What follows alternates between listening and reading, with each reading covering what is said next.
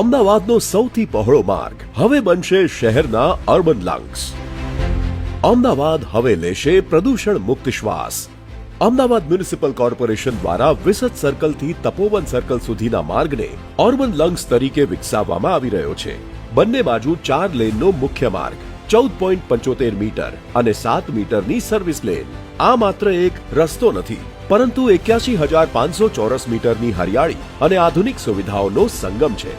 અહીં ચાલવા માટે સુરક્ષિત ફૂટપાથ, સાયકલિંગ માટે અલગ ટ્રેક અને પરિવાર સાથે સમય વિતાવવા માટે સુંદર પબ્લિક પ્લાઝા બનાવવામાં આવશે.